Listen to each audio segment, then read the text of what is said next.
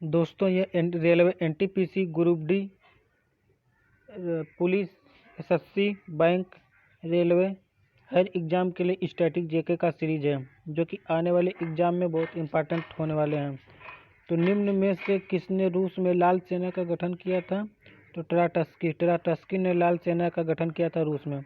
और लाल कुर्ती नामक सेना का गठन किसने किया था? तो कुर्ती नामक सेना का गठन कैमूर ने किया था। इन दोनों क्वेश्चन में अधिकतर कन्फ्यूजन हो जाता है।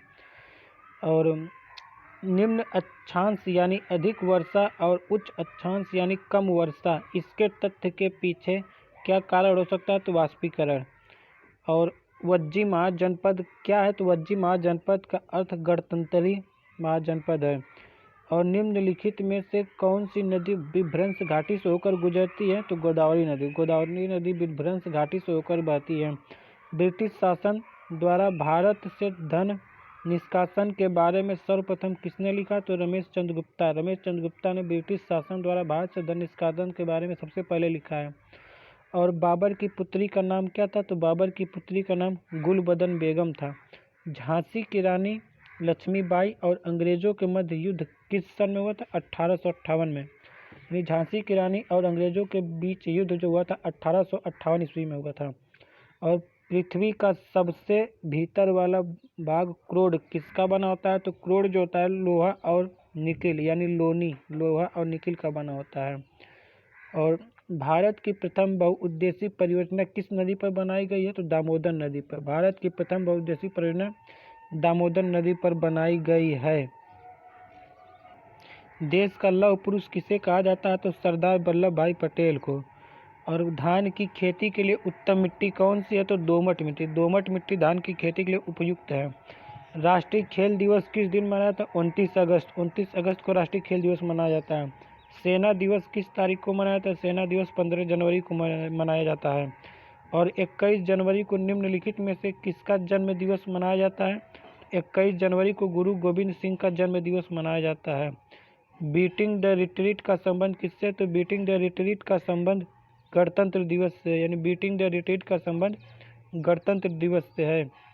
और हिंद भारत की जनता के संदर्भ में हिंदू शब्द का प्रथम बार प्रयोग कौन किया था? तो हिंदू शब्द का प्रयोग सबसे पहले अरबों ने किया था। देशबंधु की उपाधि संबंधित है तो चित्तरंजन दास, यानी चित्तरंजन दास को देशबंधु कहा जाता है। लेकिन दीनबंधु CF एंड्रयूज को कहा जाता है। और किस काल की लिपि को चित्रकाल लिपि कहा जाता है? तो सिंधु काल की लिपि को चित्रकाल लिपि कहा जाता है। और भारत का प्राचीन भाषा क्या है? तो भारत का प्राचीन भाषा संस्कृत भाषा है और संस्कृत देवताओं की भाषा है। भारतीय पशु चिकित्सा अनुसंधान संस्थान कहाँ है? तो इज्जत नगर। भारतीय पशु चिकित्सा अनुसंधान संस्थान जो है इज्जत नगर में है। त्रिपुरा की राजभाषा क्या है? तो त्रिपुरा की राजभाषा बांग्ला है। बांग्ला या त्रिपुरा की राजभाषा है। और इंदिरा गांधी राष्ट्रीय मानव संग्रहालय कहाँ है? तो भोपाल में इंदिरा गांधी राष्ट्रीय मानव संग्रहालय स्थित है।